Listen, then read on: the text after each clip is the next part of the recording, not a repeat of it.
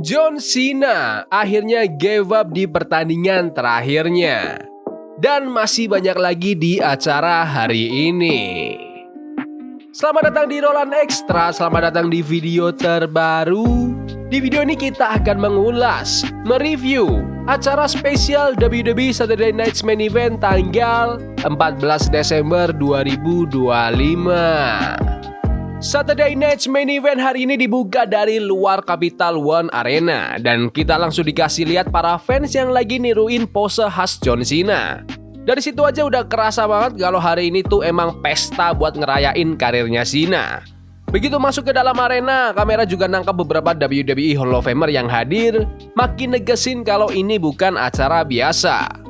Terus kamera pindah ke ruang ganti John Cena. Momen ini langsung ngasih penekanan kalau fokus utama malam ini adalah pertandingan terakhirnya Cena. Habis itu muncul video package yang dinarasikan langsung sama Paul Triple H Levesque. Video ini ngebingkai karir dan legasinya Cena, nunjukin dia sebagai sosok paling berpengaruh di generasinya.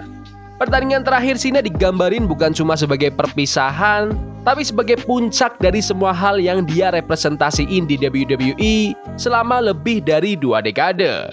Dari situ kita langsung balik ke live shot di dalam Capital One Arena. Ada kembang api meledak nandain acara resmi dimulai. Joe Tessitore lalu nyambut penonton bareng Stephanie McMahon. Tessitore ngebahas gimana dulu karir awal Cena sempat gak jelas arahnya, dan dia nyebut kalau Stephanie punya peran penting buat nyelamatin masa depan Cena di WWE, yang akhirnya benar-benar ngubah jalan hidupnya. Stephanie sendiri ngomong dengan penuh semangat, bikin penonton makin panas dan makin negesin kalau kebangkitan Cena, panjangnya karir dia sampai ke pertandingan terakhir ini, semuanya erat banget hubungannya sama kepemimpinan WWE dan storytelling jangka panjang mereka. Pertandingan pertama hari ini langsung nyuguhin Undisputed WWE Champion Cody Rhodes lawan NXT Champion Obafemi dalam laga non-title. Dari lock up awal aja, Obafemi langsung nunjukin kekuatannya dan maksa Cody buat adaptasi. Cody ngerespons dengan ngetes awareness dan kecepatan Oba, tapi berkali-kali Oba motong momentum Cody, ngontrol match pakai pukulan dan lemparan keras, bikin Cody harus berusaha nyari celah lewat quick counter dan serangan dadakan biar matchnya tetap imbang. Seiring pertandingan jalan, Oba makin kelihatan dominan dan terus nekan Cody. Tapi Cody mulai nemuin peluang dengan ngincer positioningnya Oba sampai akhirnya bisa ngerangkai jurus-jurus andalan yang hampir aja ngasih dia kemenangan. Tapi tiba-tiba match berubah drastis waktu Drew McIntyre masuk dan nyerang Cody, bikin pertandingan berakhir lewat diskualifikasi. Drew lanjut nyerang Cody sampai akhirnya Obafemi turun tangan. Tapi Cody sempat manfaatin situasi dengan ngebanting Drew pakai Cody Cutter dan langsung disusul Obafemi dengan bantingan chokeslam. Di akhir, Cody ngambil 2 sabuk juara mereka, terus dengan respect, dia balikin gelar NXT ke Obafemi dan ngangkat tangan Oba di tengah ring. Menurutku, ini pertandingan pembuka yang bagus banget, sampai akhirnya ngedrop gara-gara Drew McIntyre ikut campur. Jujur aja, aku gak terlalu kaget sih, karena Drew emang udah lama punya masalah sama Cody Rhodes, dan secara karakter heel ngerusak match kayak gitu tuh masuk akal. Aku juga nggak berharap ada finish yang clean, tapi ya kurang kreatif aja kalau cuma ya udah Drew masuk, diskualifikasi, selesai. Itu doang. Rasanya kayak tim kreatif males nulis ending yang lebih menarik. Padahal mereka udah ngasih Obafemi banyak banget momen buat bersinar sebelum DQ itu kejadian.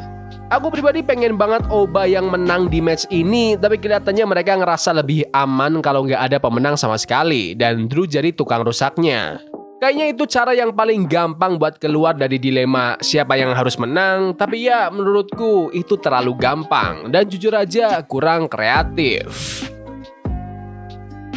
Sebelum match kedua dimulai, siaran balik lagi fokus ke legasinya John Cena.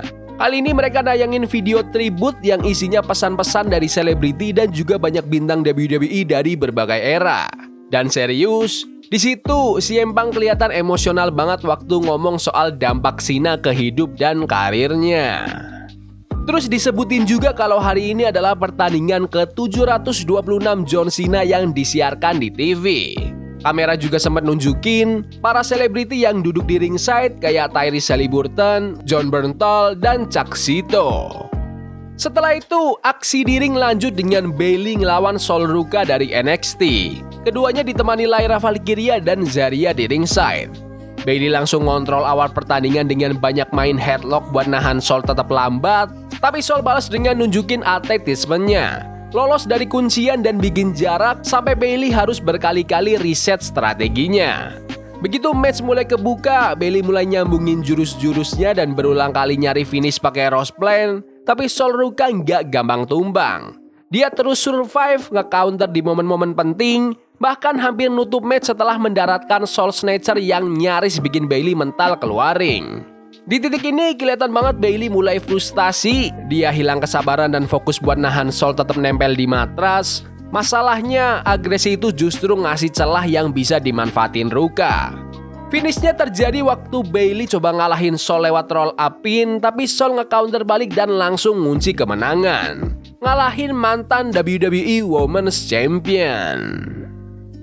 Pertandingan antara Bayley lawan Sol Ruka ini itu menghibur banget. Bayley bener-bener bumping kayak orang gila buat ngejual serangan Sol Ruka, dan itu ngebantu banget bikin Sol kelihatan kayak dia emang pantas ada di ring itu. Dan emang iya sih. Keren banget lihat Sol dapat kemenangan yang bersih. Bayley sekarang ada di posisi yang aman, jadi dia bisa kalah tanpa masalah. Menarik nanti lihat apakah karakter Bayley bakal snap gara-gara kekalahan ini atau dia cuma bakal move on aja. Apapun itu, semua tanda nunjuk ke Sol Ruka sebagai calon bintang di main roster, dan finishernya Sol itu spesial banget. Pertandingan ini fun banget buat ditonton.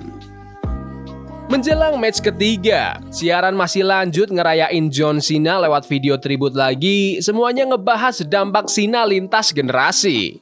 The Undertaker juga negesin status John Cena yang sekarang udah jadi veteran sejati dalam sejarah WWE. Terus The Rock juga ngirim video ngucapin terima kasih ke Cena atas karir dan semua pencapaiannya. Kamera lalu nyorot beberapa nama besar di penonton, ada Michelle McCool, Mark Henry, Kurt Angle, Eve Torres, Trish Stratus, Rob Van Dam, sampai Sami Zayn yang datang bareng anaknya. Michael Cole juga sempat nyebutin betapa banyaknya komentator yang pernah duduk satu meja sama dia selama match-matchnya Cena, yang makin nunjukin panjangnya dan konsistennya karir Cena di WWE. Pertandingan selanjutnya adalah Tag Team Non-Title, nampilin talenta muda Javon Evans dari NXT dan Leon Slater dari TNA, yang nantang World Tag Team Champions AJ Styles dan Dragon Lee. Begitu bel bunyi, Evans dan Slater langsung nyerang tanpa basa-basi, ngeluarin dua juara itu dari ring dan ngambil kontrol. Awal agresif ini bikin mereka bisa nyambungin quick tag dan serangan high impact, bahkan nyaris dapat kemenangan yang cepat atas Dragon Lee. Tapi Styles dan Lee akhirnya bisa regroup dengan ngisolasi Slater dan motong momentum tim menantang. Pengalaman dan chemistry mereka mulai kerasa. Styles pegang kendali di ring, sementara Lee bantu dengan motong tag dan nyerang Slater di luar ring. Di akhir match, Javon Evans berhasil mendaratkan OG Cutter yang jadi setup buat Swanton 450 dari Slater. Sayangnya, Dragon Lee datang di detik terakhir buat ngebatalin pin. Gak lama setelah itu, AJ Styles sempat kepleset waktu nyoba Phenomenal Forearm yang hampir aja bikin juara kalah. Tapi Styles cepet recover, nangkap Slater pas mau lompat, dan akhirnya bisa kasih Styles Clash untuk memenangkan pertandingan. Ini adalah pertandingan yang isinya aksi terus-menerus. Aku sebenarnya pengen mereka dikasih waktu yang lebih lama, tapi dengan waktu yang ada, mereka maksimalin banget.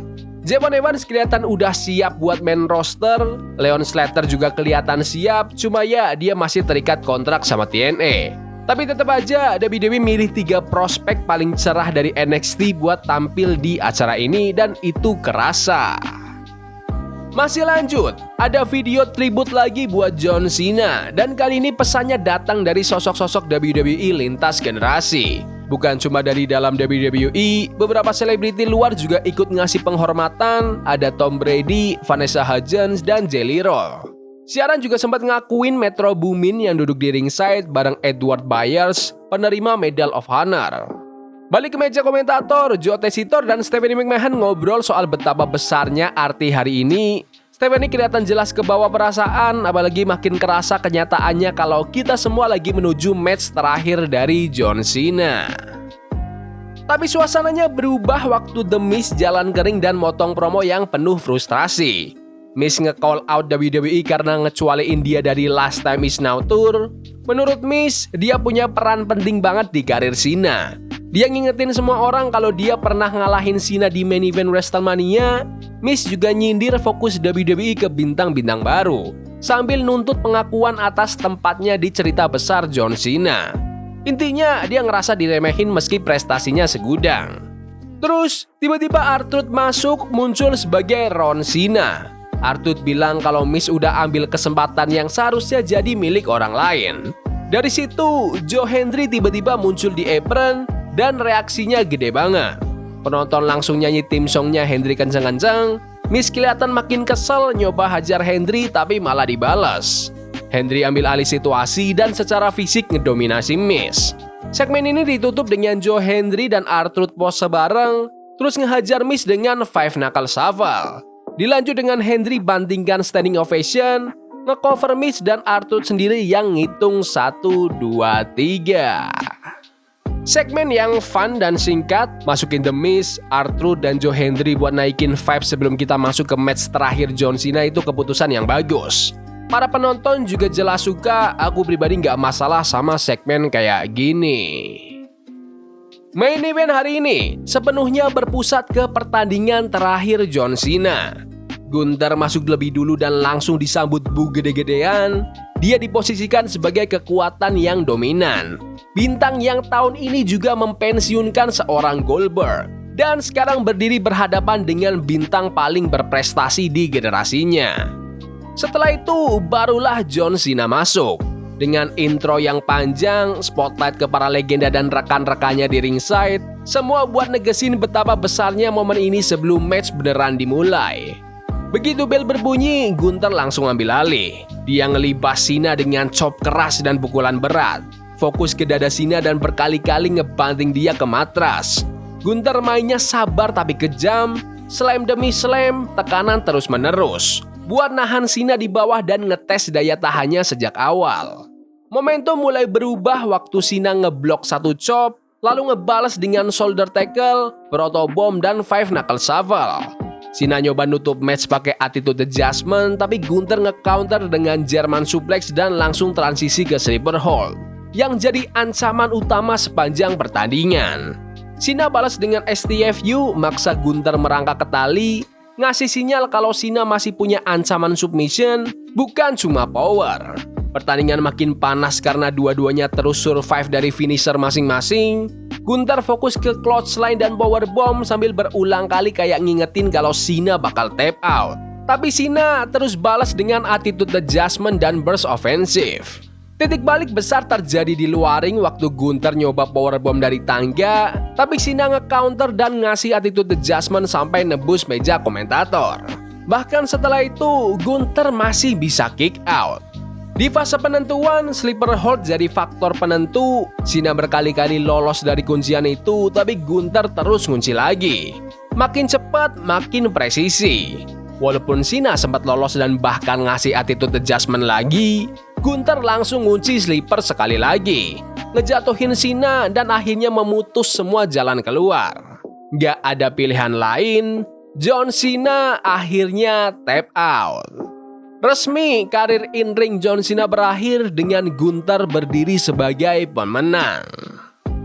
Setelah match, Gunther ninggalin ring di tengah reaksi penonton yang sedih, marah, dan kecewa. Sementara itu, Cena tetap duduk di ring dan ngakuin penonton. Saat sorakan penuh rasa terima kasih menggema, Triple H, Stephanie McMahon, Shawn Michaels, dan banyak anggota roster serta legenda WWE masuk ke ring, dapat reaksi yang juga campur aduk. CM Punk dan Cody Rhodes menaruh gelar juara dunia mereka di pundak Cena, gestur simbolis buat ngakuin pengaruh Cena ke karir mereka dan ke WWE secara keseluruhan. Habis itu diputer video package sepanjang karir Cena dan Cena nonton langsung dari ring saat momen-momen perjalanannya ditampilin. Balik ke live, Cena nunduk hormat ke semua sisi arena, ngelepas gearnya dan ninggalin itu di tengah ring. Dia jalan naik ke ramp, berhenti di pintu masuk, salut ke penonton dan ngucapin terima kasih langsung ke fans sebelum akhirnya menghilang di balik tirai. Bab terakhir karir WWE John Cena pun resmi ditutup. Wah, pertandingan yang gila. Dua-duanya harus bangga dengan apa yang mereka lakuin di match terakhir John Cena sebagai superstar WWE ini. Jujur aja, sebagai fans, aku jadi emosional waktu nonton beberapa bagian dari match ini. Dan menurutku, keputusan Gunther menang itu emang keputusan yang tepat. Bahkan aku nggak bakal kaget kalau itu keputusan dari Cena-nya sendiri. Para penonton dan fans jelas pengen ending yang feel good, yaitu Cena ngalahin Gunther. Happy ending. Tapi yang mereka dapat malah Gunther mempensiunkan satu lagi seorang legenda. Match ini mungkin bukan match terbaik dalam karir mereka masing-masing, tapi ini bukan soal move for move.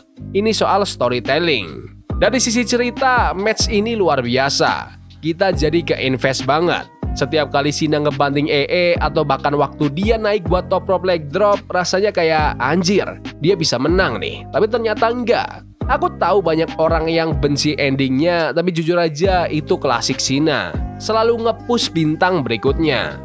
Sorakan "you fucked up" dari penonton ke Triple H juga lucu. Aku ngerti Triple H itu yang mungkin kasih keputusan akhir dan fans juga tahu itu, tapi aku juga yakin John Cena sendiri yang pengen keluar kalah di pertandingan terakhirnya. Karena itu juga tradisi di pro wrestling. Aku pribadi juga pengen banget ada pidato kecil dari Cena di akhir, tapi aku juga ngerti kalau itu mungkin bakal terlalu berat secara emosional buat dia. Oke, John Cena adalah salah satu kalau bukan yang terhebat sepanjang masa. Ini orang yang ngasih seluruh hidup dan jiwanya buat dunia gulat. Ya, sekarang dia udah agak slow, tapi di masa prime-nya aku nggak pernah lihat orang dengan passion dan intensitas sebesar itu. Cara dia tetap jadi dirinya sendiri walaupun dibu habis-habisan itu juga luar biasa. Dia itu pegulat yang hebat dan manusia yang hebat. Tapi fokus hari ini juga ke masa depan WWE. Kita lihat Sol Ruka ngalahin Bayley. Kita lihat Obafemi lebih banyak ngasih perlawanan daripada nerima lawan Cody Rhodes sebelum Drew McIntyre masuk. Dan kita lihat Javon Evans sama Leon Slater push diri mereka sampai limit sebelum akhirnya kalah dari AJ Styles dan Dragon Lee. Cena milih match-match yang solid banget buat acaranya. Mau kalian suka atau enggak sama match Cena lawan Gunther, storytellingnya ada di level tertinggi sepanjang acara. Jadi secara keseluruhan, ini acara buat ngerayain apa yang sudah ada dan apa yang akan datang. Sekali lagi, terima kasih John Cena. Tapi menurut kalian gimana Saturday Night's Main Event edisi spesial John Cena hari ini? Bagus? Gak bagus? Komen di kolom komentar.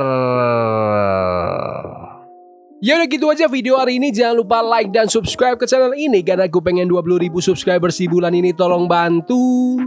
Yes boy. See you.